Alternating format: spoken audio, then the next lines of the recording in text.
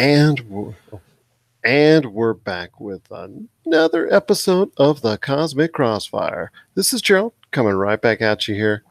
But it wouldn't be a Cosmic Crossfire without my good friend.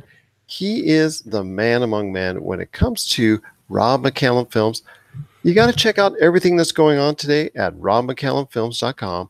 Also as well, Rob McCallum Films on Facebook, Rob McCallum Films on YouTube, and also as well, Rob McSaub on Twitter.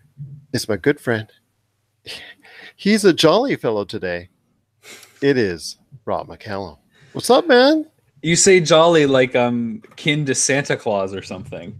No, and it just because you are in the Great White North does not have anything to do with it, man. It's nice because I've had coffee. Right, there you go. Because you had coffee. You feel like a little keyed down today. It seems like you're trying to be quiet, or we got some kiddos asleep around you. It seems like you're trying to really watch the volume there. Project, brother. Project.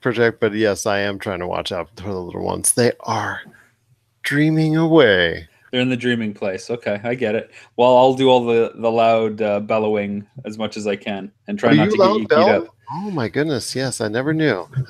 But by the way, I love that last show where Douglas Hoyabu chimed in on some certain thoughts about Fortnite and PlayStation crossplay. I know.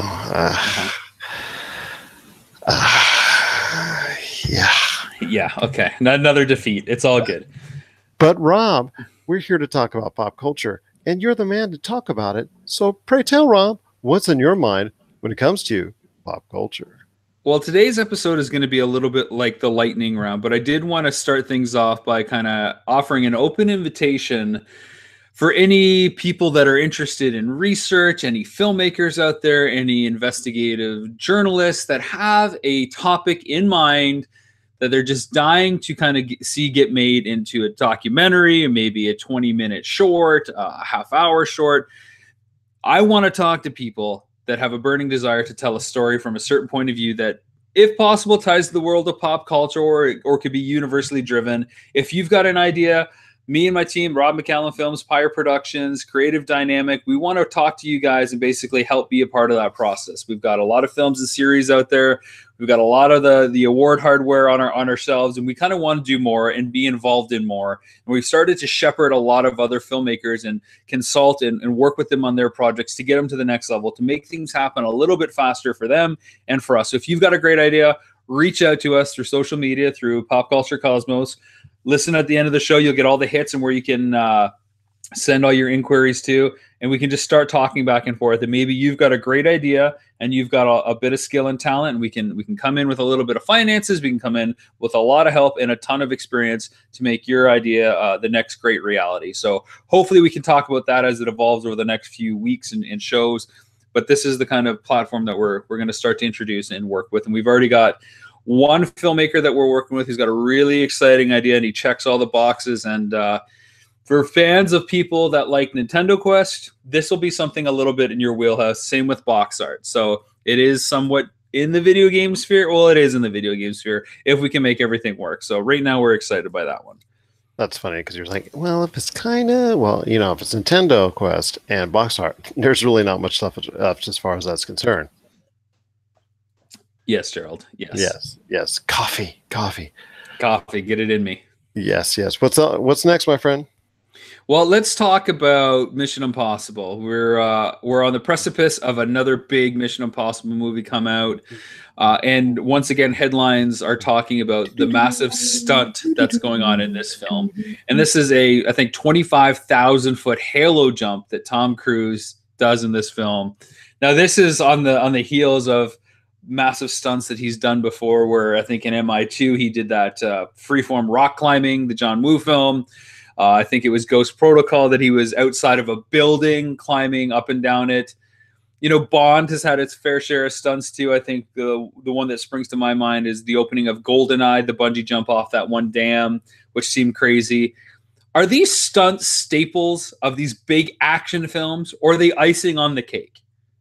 They are part of it. In fact, are they staples? Do they drive it? Because they're always headline worthy, but is it necessary? Well, look at the poster for the previous iteration in the Mission Impossible series. Okay, what is Tom Cruise doing? He's hanging outside of the plane. I mean, it's come to that point where the big stunts are part of the series. And I'll tell you what, I've just finished again watching just, in efforts to catch myself up again with everything that's going on in the Mission Impossible universe. In fact, I'd like to, at some point in time, run down, from first to worst, exactly what's going on. As soon as I finish watching Mission Impossible Fallout, I'm just excited for it, my friend. It looks like a great trailer. The action's there. There's obviously a lot of storylines that, may hit or not hit depending on what's going on, because that's been a problem with the movies in the past, is that not all the storylines have clicked, or we're used to seeing this person turn, as far as good, this person turned bad, nothing is as they seem. So the thing that we can count upon is fast action. I'm going to stop you right there. I got to stop you right there because you're picking on story, and I think out of many action franchises, Mission Impossible is far above the lines. I think maybe the second one is the weakest in the entry, and I'd love to go back and forth with you because Apple just had all 5 films that are already out in 4K for $30. I picked it up. I'm going to go through them. I won't be able to watch Fallout until it hits digital in about 3 months. But that would be fun to kind of maybe go back and forth on this stuff. I would, because I have a list, that I'm formulating here. But it is part of the stable where the big stunts, Tom Cruise running, and Tom Cruise running. Next, you're going to say Tom Cruise running, Tom Cruise shirtless, and the big stunts. No, well, I don't know about shirtless, but I know he runs a lot in these Mission Impossible films. You got to admit that, my friend. He runs a lot. I love that that's a staple for you. The one film that doesn't have big stunts in it, and I mean, I guess you could say the first one has a little bit of stunt work with all the wire hanging and stuff, but the MI3, the Abrams directed one, the one that really rebooted the franchise after I think there was a 6 or 7 year gap between number 2 and number 3, that is by far my favorite. And it is the most self-contained, smaller film because it's also character-driven and the stakes are high and there's much more of a mystery and intrigue to it. But there are no stunts, and I think it beats anything else we've seen so far. You're not going to like me then. And wow. And then also you got to remember that's the one that's done the least worldwide. Mission Impossible 2 is actually one of the most successful. So because it was the second one after the massive hit when it first came out. So Mission Impossible 2 is going to do huge. It brought John Woo into the foreground. But Mission Impossible 3 put the franchise ahead of the directors. From that point on, it wasn't about the directors who were making the films. It was about the franchise. Well, you know what I mean? It wasn't an auteur showcase anymore with De Palma doing the first one, John Woo doing the second one. When Abrams took over, it became much more of a television machine to kind of showcase story and character first instead of directors. Even though Brad Bird had one in there, like he's a great director, but he's not known for live action by any means. So it wasn't about him. That was his first outing. That was his first outing. And how did Tomorrowland do? His second one. Not so well. Not so well. But it doesn't matter because it's a Mission Impossible film. It's not a Brad Bird film. But I will say that Chris McQuarrie, again, great writer, competent director, but I don't see him taking on anything that isn't Tom Cruise related or anything completely original either. He's a good series serviceman. But with Mission Impossible 2, it's just ridiculous fun, man. It's just over the top fun. No, that's what kills me about it. It's not fun. It's so cheesy. Well, it's like it's the Roger Moore entry of the Mission Impossibles. But I think there's a lot of issues with it. I agree with you. But I won't want to go ahead on it now until you've actually seen your list and you're able to formulate it, and then we'll go from there. You can pick on me from there. So, admittedly, I've only seen Ghost Protocol and Rogue Nation once each, but I didn't feel the need to go back and see them. Mission Impossible 3 I've seen probably a dozen times, and Mission Impossible 1 easily in the 20s. Well, and what makes those two films really stand out, in my opinion, is the cast that they've assembled. Mission Impossible 3, Philip Seymour Hoffman is the antagonist and the foil. He is so good in that film. It's not even fair to watch it again and remember that we no longer have him as an acting talent. That I agree with you on. Well, thank you. For once. But you agree every now and then, whether it's reluctant or not. It's usually reluctant, but go ahead anyways. Well, we'll see if you agree on this next topic, Gerald. Comic-Con seems like it was a long time ago, but it really wasn't. It was just a few days from the recording of this episode, and we got to see trailers for Shazam and Aquaman. Now, are we finally excited for anything in the DCU, or is this just a lot of hype for films that may not pan out as well? I really liked Aquaman. I'm going to tell you right now. I said it with Josh, and I'll say it with you, my friend. I really liked what Aquaman is going to bring to the table.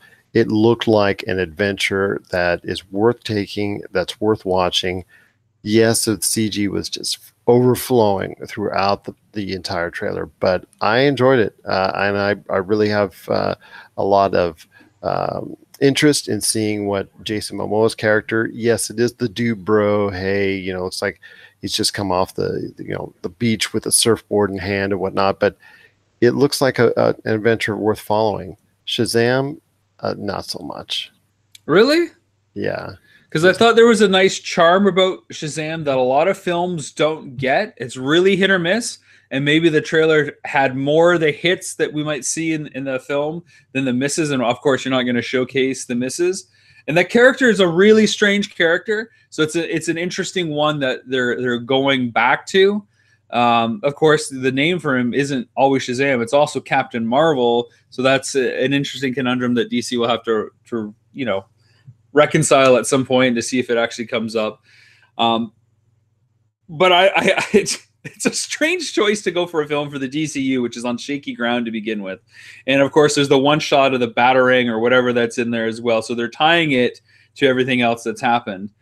But I feel like they're taking bigger swings with Shazam than they are for Aquaman. Aquaman looks like super serious and maybe a little dark and very epic and grand scale. Hopefully they can hit all the right beats. They've got a great director in place with James Wan for that.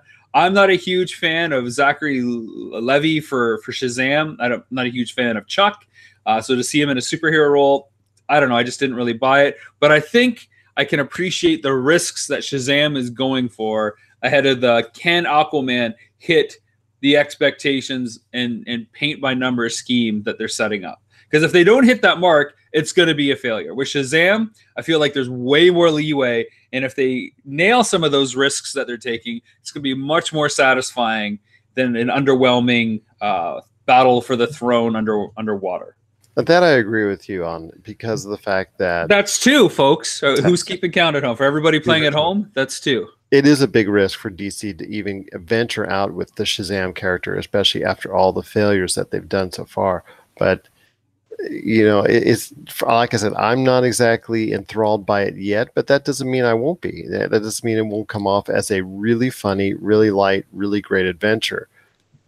But I just, at this point in time, I don't see it materializing as such because, like you said, a lot of the buy-in is Zachary Levi. And unfortunately, at this point in time, I don't have the buy-in as of yet, but that could change. That could change. I'm not exactly 100% against it. Like, let's say Venom right now, because Venom just does not look good at all right now. And there's some other trailers out there that are making the films less appealing, but won't go into it here. But Shazam is something that could sway me back over to it with another good outing, with another good trailer before it comes out. At least a better explanation or better, I guess, like you said, Zachary Levi itself, he's got to sell it, and so far he hasn't.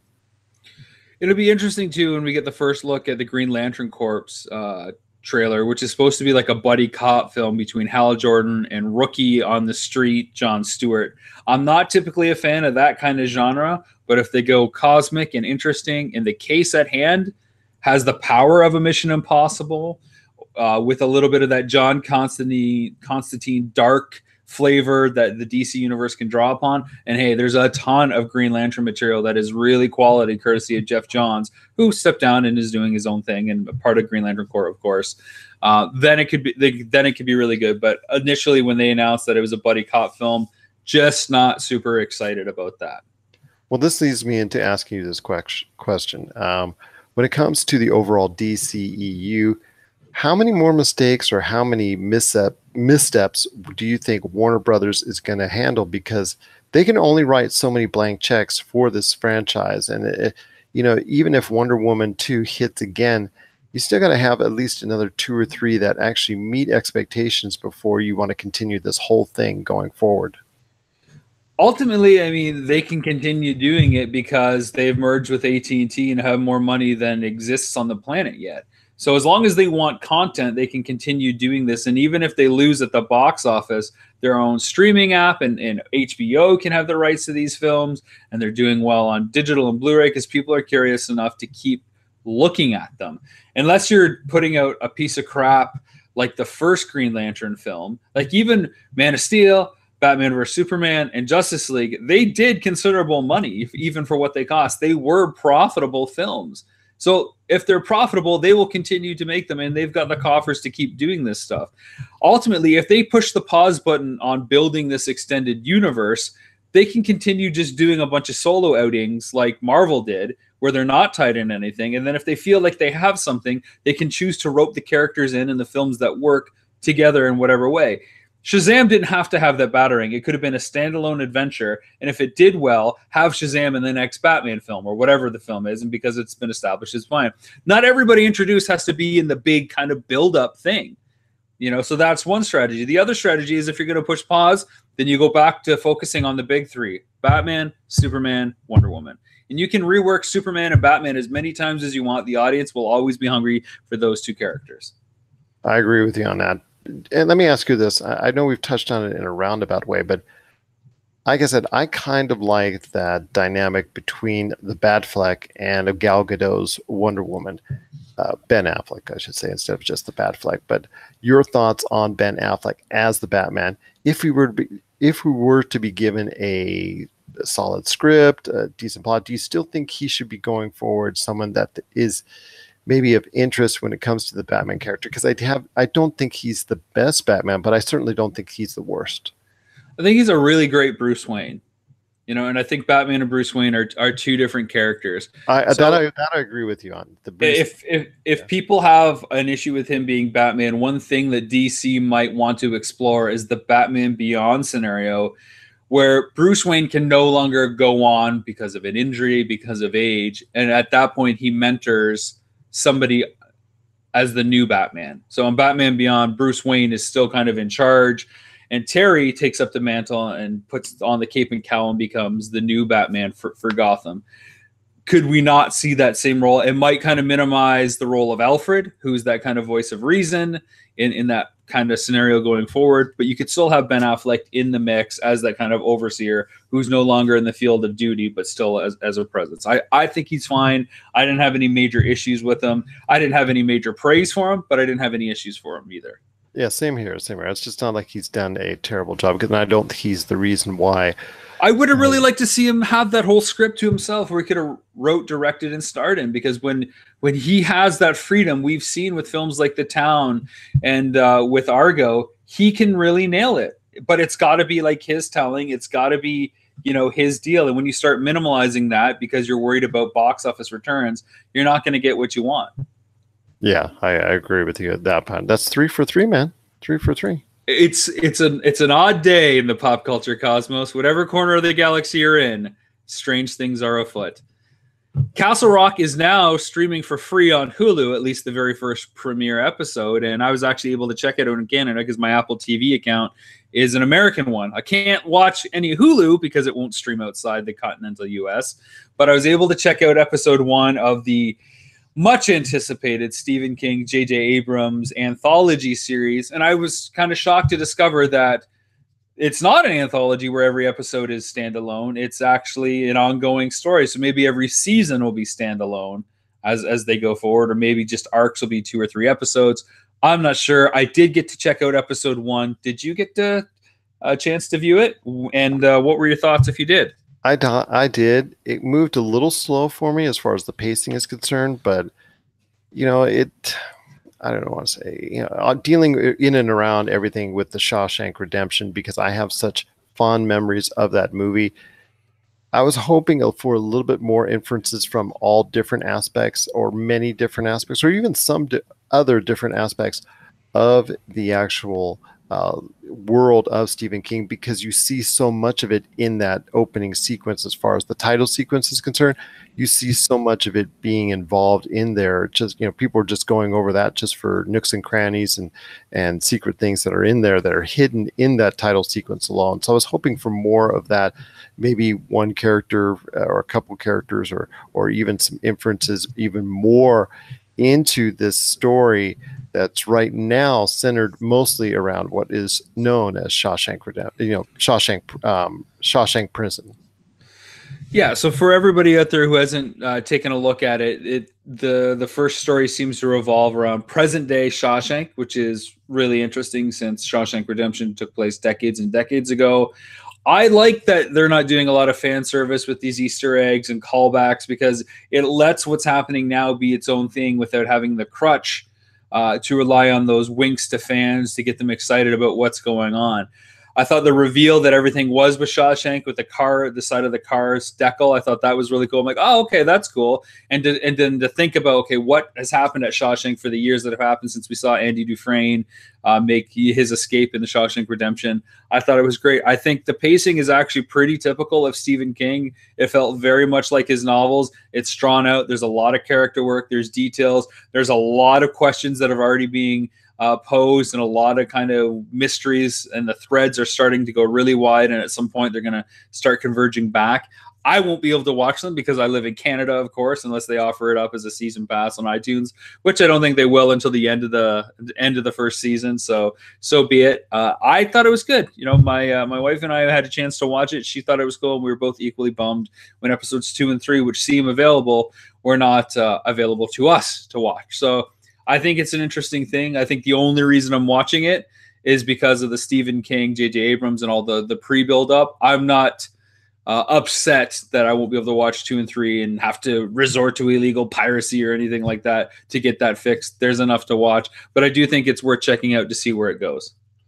I agree with you at that part. It's 4 for 4 that there is still more within this universe. That I think that maybe I will continue to give it a chance. Hopefully it'll ramp up there. And knowing Stephen King, his books and everything as far as that he's created, it does ramp up from there. So I'm probably will continue to give it a chance overall. But one last thing I want to ask you on this, because like you said, it's Stephen King with J.J. Abrams overseeing it. J.J. Abrams is a name that you see quite a bit when it comes to executive producing, and that his name is very much out there right now on a lot of different platforms and a lot of different projects that are out there. Your thoughts on someone getting to the point, let's say like you, let's say you hit it big with whatever it is that you're going to be doing up in as far as the movies that you're going to be able to create down the road, and gets to the point where you get the offers coming in to go ahead and add your name into the executive producer mix on a lot of different projects.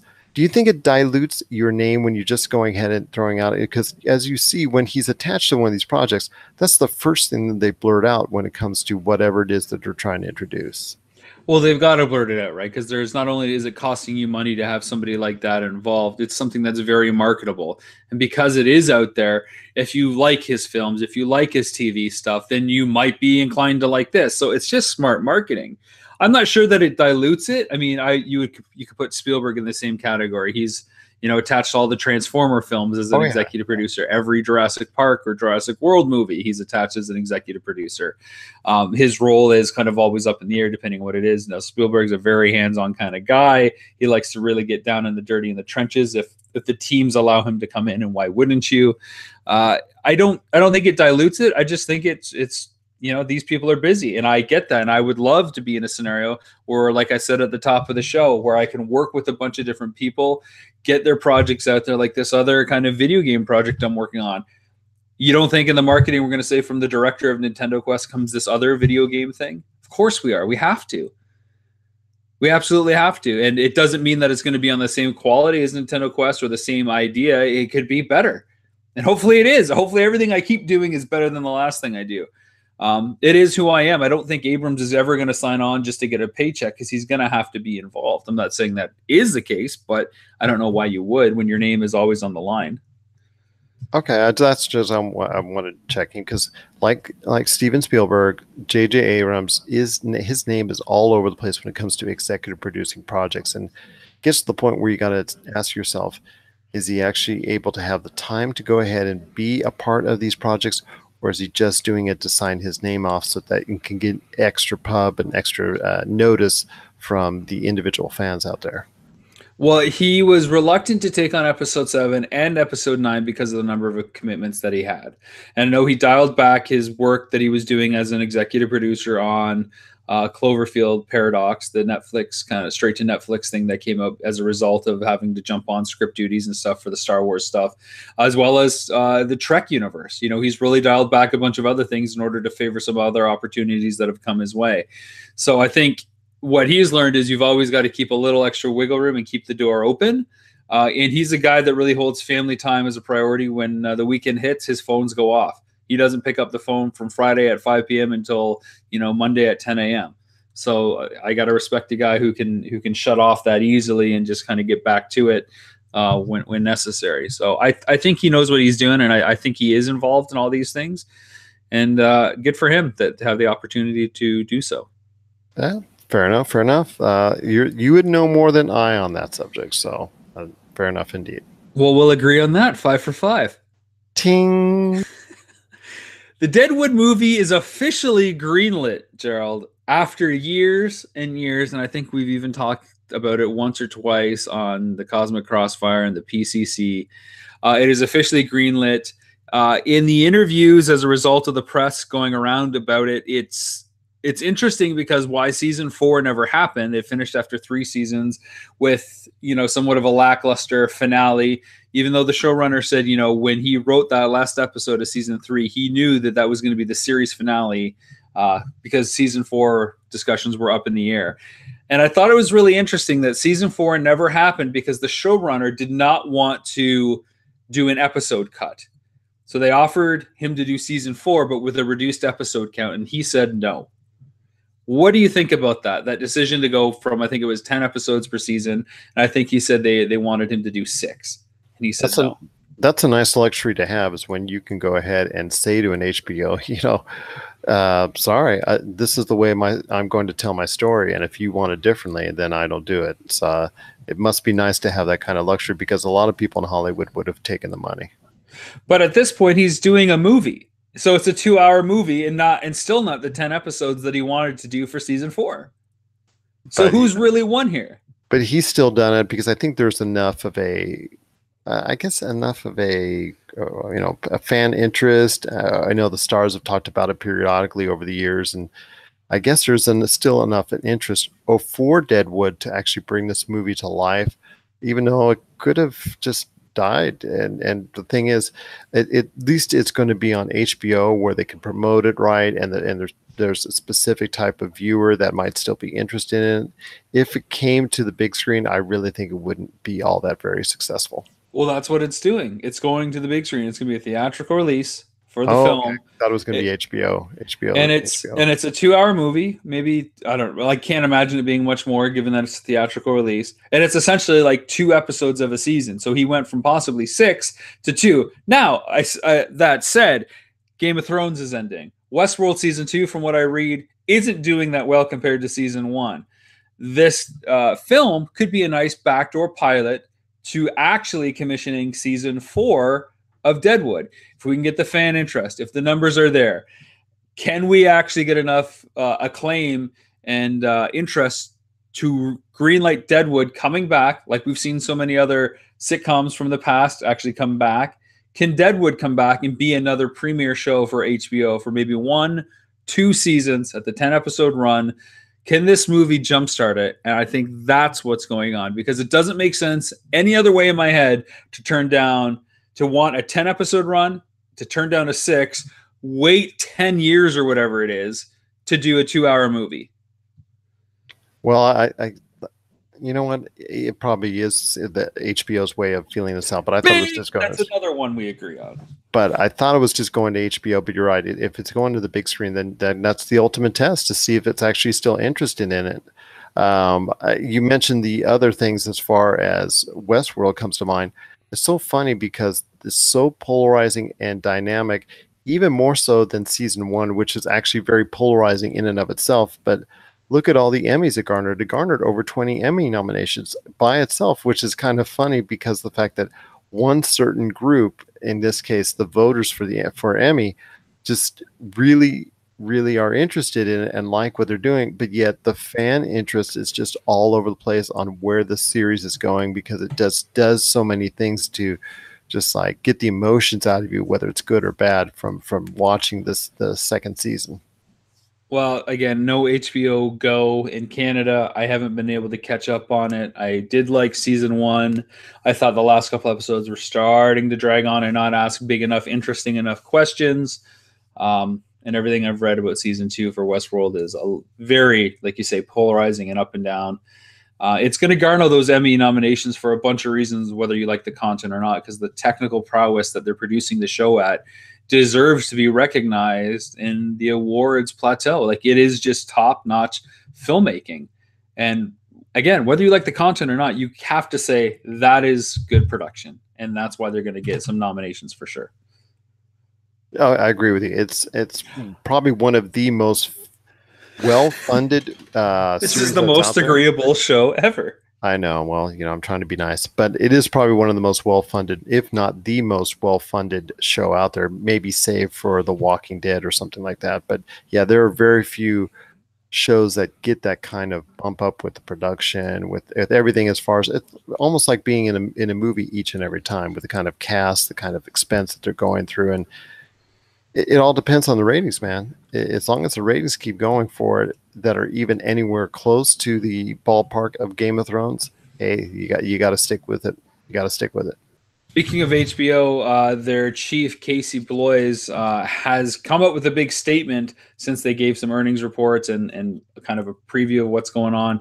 They said, no one is asking us to sacrifice quality for volume, which is the discussion we had on a recent show. He basically reiterated that it's now just easier to spend at HBO to do more things instead of preparing for a takeover or being to be acquired by another company. You got to remember, AT&T and Warner Brothers had been sitting in merger world for a couple of years, wondering when things were going to switch and what that was going to do and how that trickle down effect was going to happen.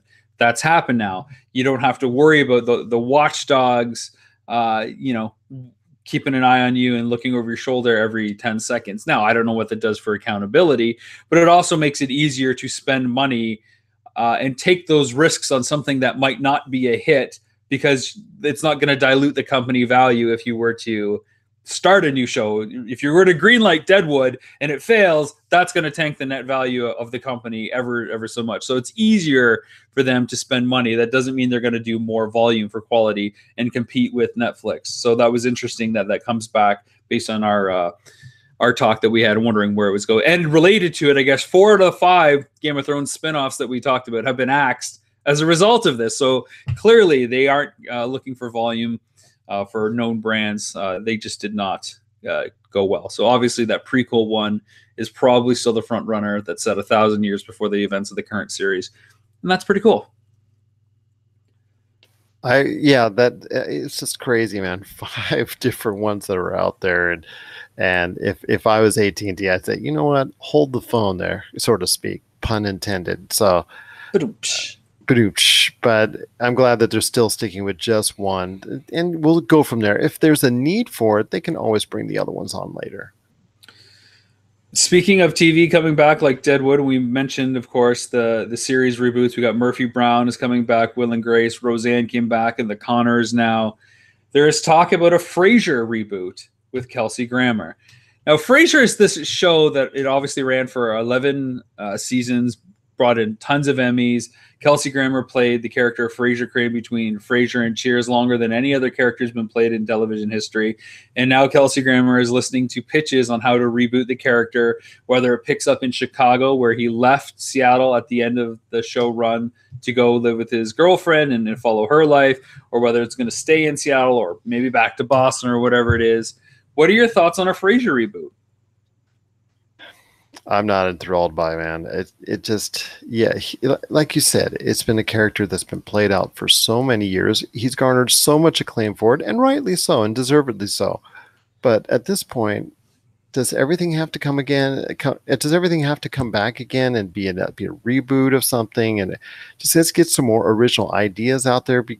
It wasn't even that huge. Was it that huge of a ratings hit? I'm not.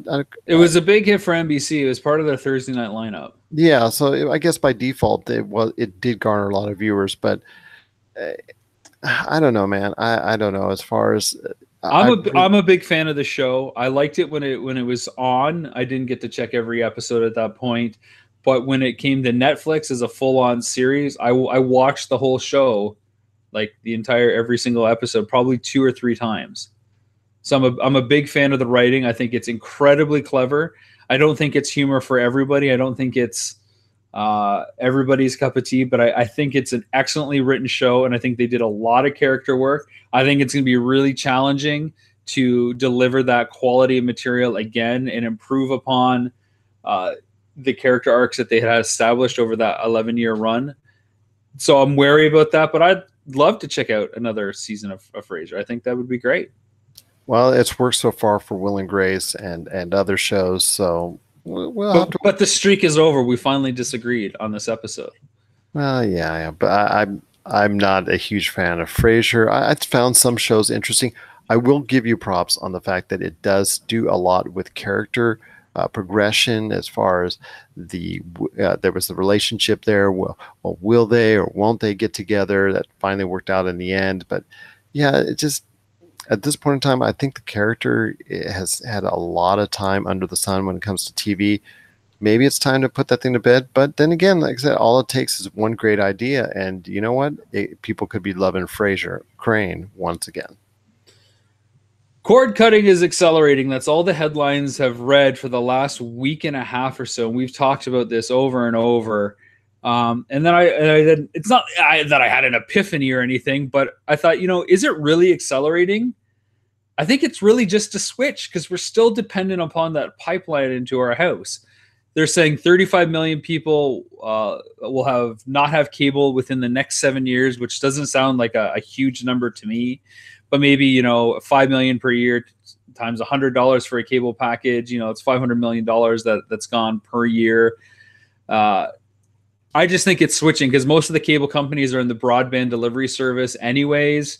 So they're still going to make their monthly internet allowance. They just might not get their cable icing cake. I just don't think the discussion is as important as we're constantly led to believe.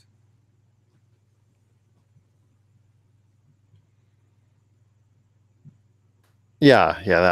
It's going to be 6 for 6, man. So yes, I agree with you on that as well. 6 out of 7, because we disagreed on Frasier. Okay, well, 6 out of 7, not bad. It's a good percentage, my friend, because I agree with what you're having to say and how that's being delivered. And at this point, well, what are your suggestions on making changes, if any? I mean, if the cable companies are upset about losing customers, they've got to get in the streaming game. They've got to find a way to be a part of that and be relevant. And I think they've missed the boat because of Amazon Prime, Apple, Netflix, Disney, CBS already offering so many ways to kind of go around a Comcast, go around a Verizon, go around AT&T in that way. So if they're going to get in the game like Comcast and AT&T does, they've got to go up one level. They can't just be a distributor. They've got to be a content creator and acquire some of these studios.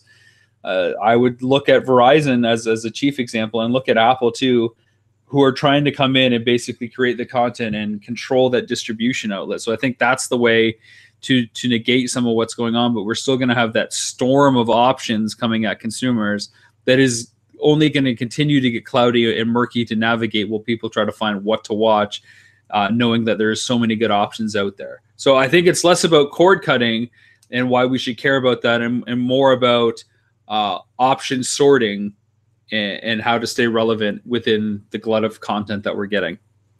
People's interests change, people's financials change, and yeah, getting down to the gist of it on why all these changes are being made and the cord is cutting at so many different places. It definitely is very interesting to delve into the aspect on why tastes are changing from one format to another.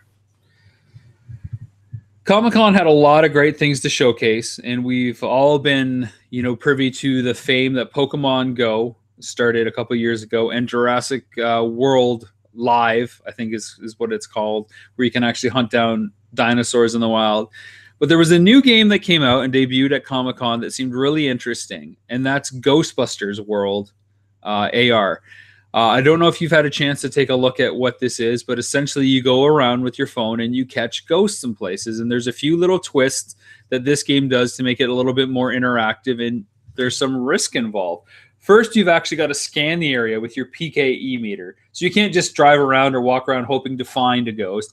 You actually have to scan the area with your PKE meter to see if there's anything there. And I'm sure that's one of the gates. You could probably only do so many scans per day until you get it recharged. And there are dimensional gateways to help charge your proton packs that you have to use to catch the ghost. The other thing is that ghosts can actually hurt you. So when you go to catch a ghost, you have a chance of them actually doing damage to you and decreasing health. And you may have to not fight that ghost, or you might not be high enough level in order to capture it. So you've got to be really wary about what you choose to encounter. And I think that's part of the barrier with the PKE meter scan. So you don't just come across like a level 99 ghost and it just decimates you and you've got to kind of start all over again. And I thought these twists on the genre were really interesting. And I think Ghostbusters is a great IP to take on something like the AR phenomenon. But what else do you think would be really good for this format? That's a good. What other IPs out there could really make use of AR in the way that Pokemon Go is so naturally tied to it? Ghostbusters is, again, an excellent idea because there could be ghosts anywhere.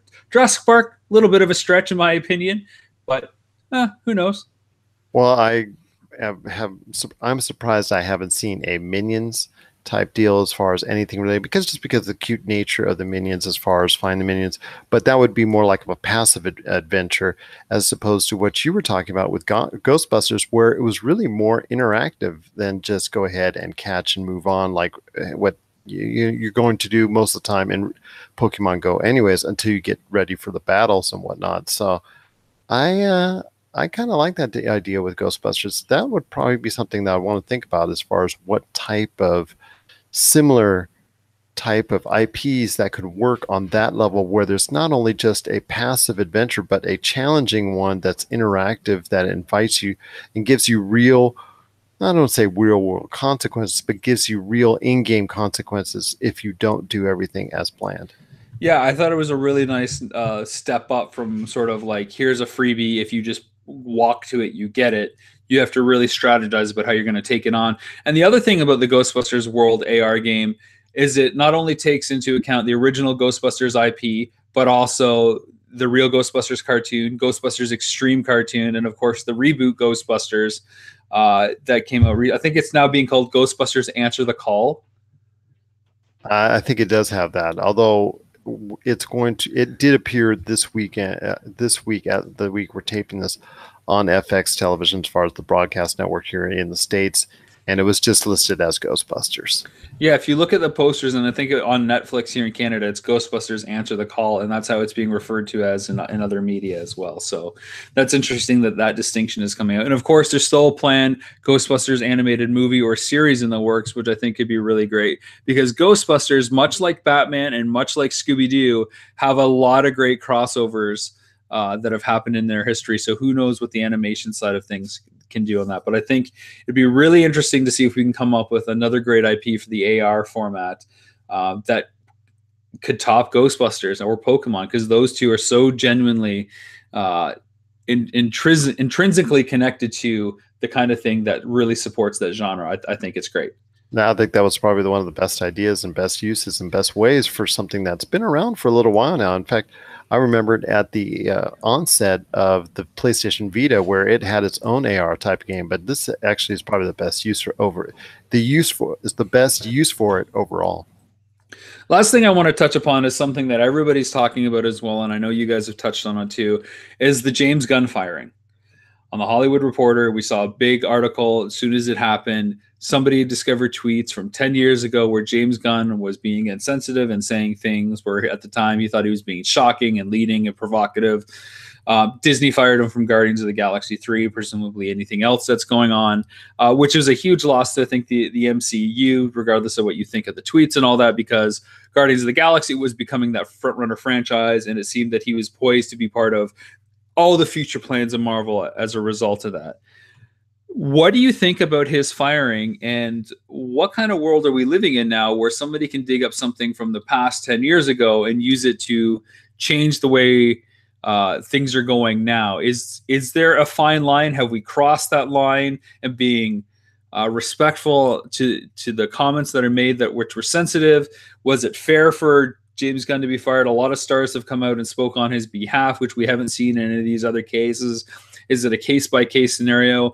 One article I read said that, you know, his firing is the cement mortar on Trump administration reaction to everything, where it's a zero tolerance policy.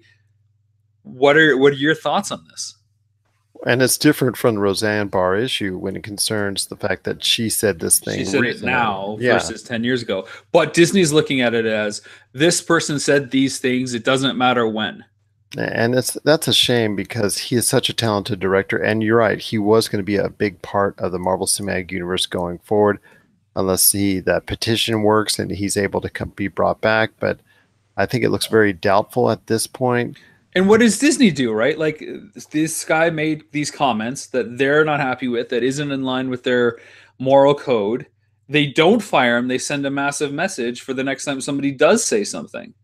And then they have to explain their actions. And that's between a rock and a hard place, man, because I was said with Josh initially as it happened, I was hoping they would look for some other alternative, like what Major League Baseball has done with a all-star pitcher from the Milwaukee Brewers that said many horrible things on his Twitter many years ago, like James Gunn. And instead of just going ahead and suspending or letting him go or ruining his baseball career, they decided to go ahead and say, look, what you did was wrong. What you did was not good. But since you did it so long in the past, and that you're looking at going forward, you seem like you're on a better path. We're going to go ahead and help you on that better path by providing you some counseling, some classes, some ways of training for yourself for the future, that you won't go back into those old bad habits. I would have hoped that Disney would have thought that out and maybe thought better of it, but they're in a much higher profile than. But I mean, Jesus, like, John Lasseter was, you know, accused of doing stuff right away, and they held on to him forever, and he's still going to be around until November, until he officially steps down. So it's kind of like, it's kind of a different scenario there, or it could be the same scenario, but it just kind of got a different outcome, which is not almost hypocritical when you look at it from that stance. So it's just disappointing that James Gunn was let go. I would have maybe sought out something a little bit different and maybe some type of disciplinary action, but I would not have fired him for something said so many years ago. If he was truly remorseful, and you could see that he was on a better path today, because these films have, in his own words, you know, from what we can believe and understand, that these films that he's created with Marvel and Guardians of the Galaxy Volumes 1 and 2 have helped shape him to be a better individual overall. Yeah, and people change, right? I mean, that's a whole correctional facility kind of approach to things. You know, you do something wrong, you break the law, you go to jail, but it's a second chance society as well. You get a second chance to come out, but you have that rehabilitation process. And right now we're living in a zero tolerance society where if you say something, it doesn't matter how old you are when you say it. If you say it and there's a record of it, it's going to haunt you forever. I mean, maybe it's the price of freedom, the freedom of speech to say whatever you want. You can say it, but it might cost you things. And I just think that it's not about what James Gunn said, when he said it, or how he said it. This is the catalyst for a bigger discussion on how we handle things going forward, and the role of social media, our personal social media, as it affects business and what those business companies want to do. I mean, I've dialed way back on Facebook since I've been the victim of cyberbullying and threats and stuff that's going on in my personal life. I've completely dialed my access back on Facebook, as you know, and I just won't be a part of it, because I know if it continues to go that way, something bad can only happen. So it's easier for me to walk away and not be part of that conflict. I'm not saying we have to give up social media. I'm not saying you should have to protect what you say, but it's obviously going to upset other people. And in 30 years, if we decide that jock athletes aren't cool and it's offensive to support them because a study says that, you know, athletic people with big muscles are the downfall of society. And anybody that likes The Rock today or promotes his films, if those tweets come back to haunt them in 20 or 30 years when this new study comes out, I think that's ridiculous. I think you have to look. I just think it's ridiculous that it's an all or nothing way, and I do think that is a little bit have to do with the current political situation and the climate of the world, not just the States, not just with Trump, everywhere. It's like there is no gray area. There is no time for discussion and exploration about what goes on. It is swift justice, and I don't think that's the way to always operate. And I think you're gonna end up shooting yourself in the foot when you make quick decisions like that. On both sides, quick decisions to tweet, quick decisions to fire. We're on 7 for 8, my friend, because I agree with you on every sentiment as well. It doesn't seem like people are getting a second chance when they deserve it. And you're right. We live in this society in 2018 where, you know what, for something that's said so long ago or done so long ago, that it's being brought up, it's being brought back, and it's being used against them. And there's no chance for that person to go ahead and grow as an individual because of everything thrown in their face from so long ago. Yeah, it'll be interesting because I don't know. It just makes me want to get away from social media even more and not be involved in any of these big conglomerate corporation deals. And it just sickens my stomach that somebody's going to be judged by a stupid thing that they did, yet will give somebody who served time for a life sentence a chance to walk amongst the free again. And maybe we shouldn't. I'm not to say, but that's the world we live in. So why shouldn't that trickle down to everything else? If this is what we established, rehabilitation stuff like you're talking about with the Brewers pitcher, where the team wanted to step up and support them, why can't we do the same on these cases here? So it just seems like a missed opportunity, you know, to go zero tolerance on everything doesn't seem just with the world that we live in, or the world that we want to live in, more importantly.